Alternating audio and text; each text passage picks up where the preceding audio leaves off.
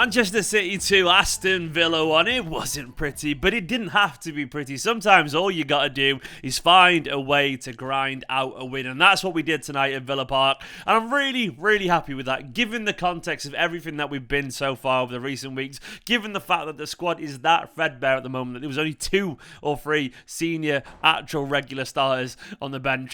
It was really impressive, and though they were knackered and exhausted, I will definitely take that. I really will, because I mean, I can't complain. I just can't complain, given once again the context there. The kind of game actually that you remember for the title challenge is being built on these kind of games. Honestly, I know they're not memorable particularly, but they're memorable in their own way. In terms of, you'll go, oh, do you remember that game away at Villa Park? We had hardly any players, and we fought, and we held on, and it came just after that Everton game and after that West Ham game and so on. These games are important, and all it matters tonight is that we got the job done. By the way, as well, quickly, I want to show you this here on screen. Football Prizes have got a signed shirt framed and LED lit by our opening goal scorer tonight, Father Ruben Dias. If you want to win a signed shirt by Ruben Dias, you can enter the competition in the link in the description below. Only 99 tickets available, which is pretty sick, so you've got very good odds there, and good luck, of course, if you do enter a Ruben Dias shirt framed on the wall. That'd be pretty class, wouldn't it? Football Prizes in the link in the description below.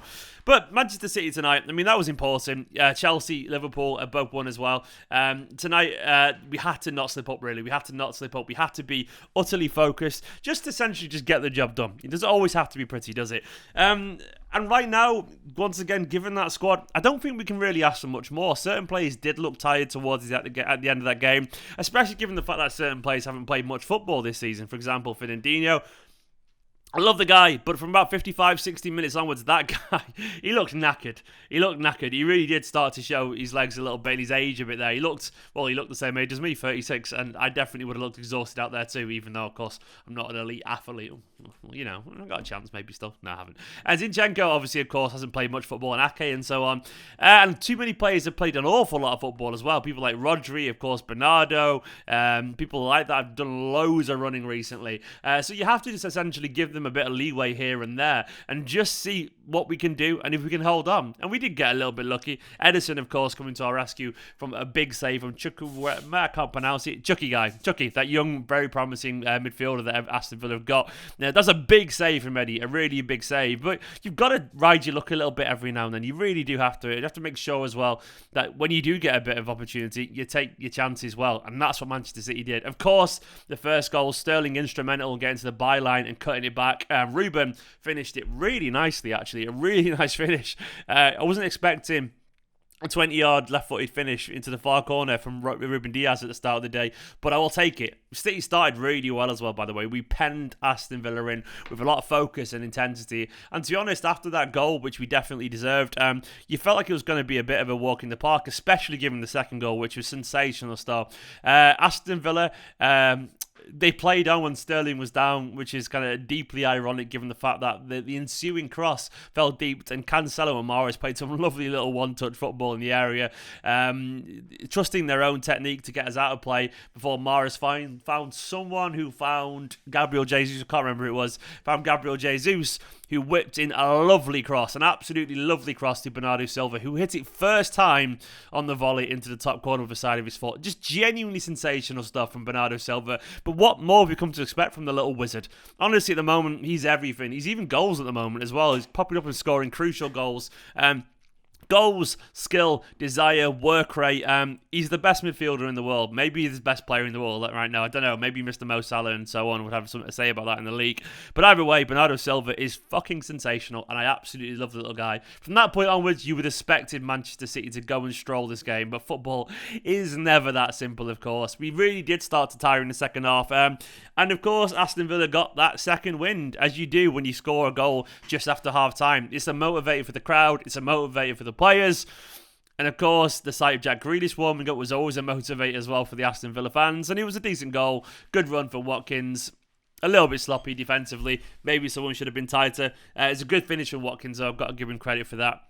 And after that, Aston Villa, they huffed and puffed, but they couldn't really blow the door down, thankfully and mercifully. They got into some good positions, of course, that big chance, which Ederson saved really, really well. And City as well had some decent chances. Gabriel Jesus in particular missed one, which he really should have scored, actually. Cancelo found him beautifully. It was a lovely first touch from Jesus as well. On the spin as well, for being honest, I think he probably should have scored that because he had a lot more time than he realised. He sat up really nicely to just smack it with his left foot, but he ballooned it, man. A world-class touch from a Sunday League finish, unfortunately. Other than that, though, I think in the end, 2-1 would probably be about a fair score, given City's dominance in terms of chances in the first half. Villa had a lot of kind of territorial possession, but didn't really make any chances. And City did kind of hold out quite well. Diaz, I thought, was really good. He was strong in the air.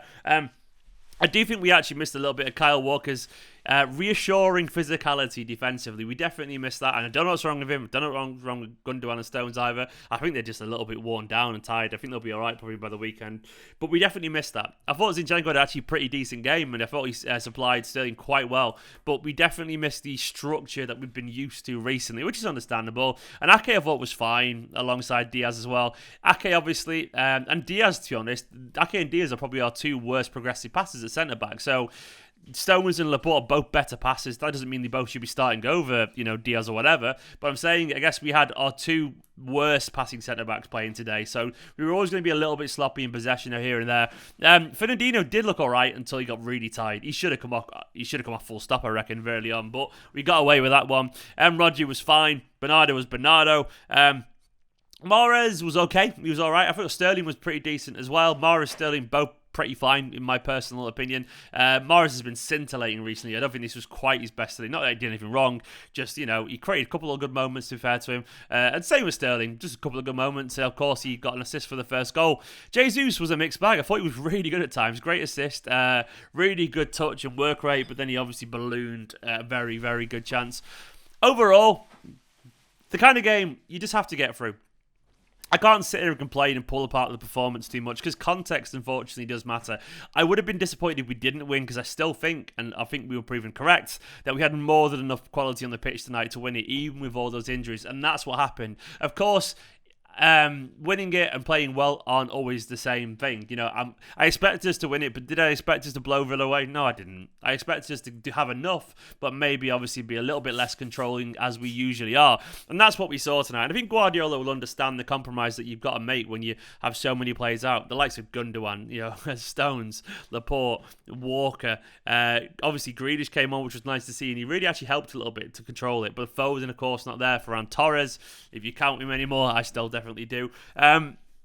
There's a lot of very good senior players out, and you can't deny the impact that has on the squad. It does, of course. I mean, it was nice to see obviously all those young players on the bench, and maybe if it was 3-0, maybe we would have seen one or two of them. But that is just life. I mean, right now, of course, City, we have to be patient. We have to be calm. Hopefully, when do we play Watford again? Let me just double check. I can't remember if it's Saturday or Sunday because my head's in pieces. You can see behind me, by the way. Everything, you can't quite see it, but boxes around me. It was just, I'll show you quickly here. Just boxes everywhere. We're sorting the flat down. Everything's going. That's what we're doing. Anyway, we're away at Watford on Saturday at 5:30. So it's at least it's the evening kickoff, so we've got a little bit more time.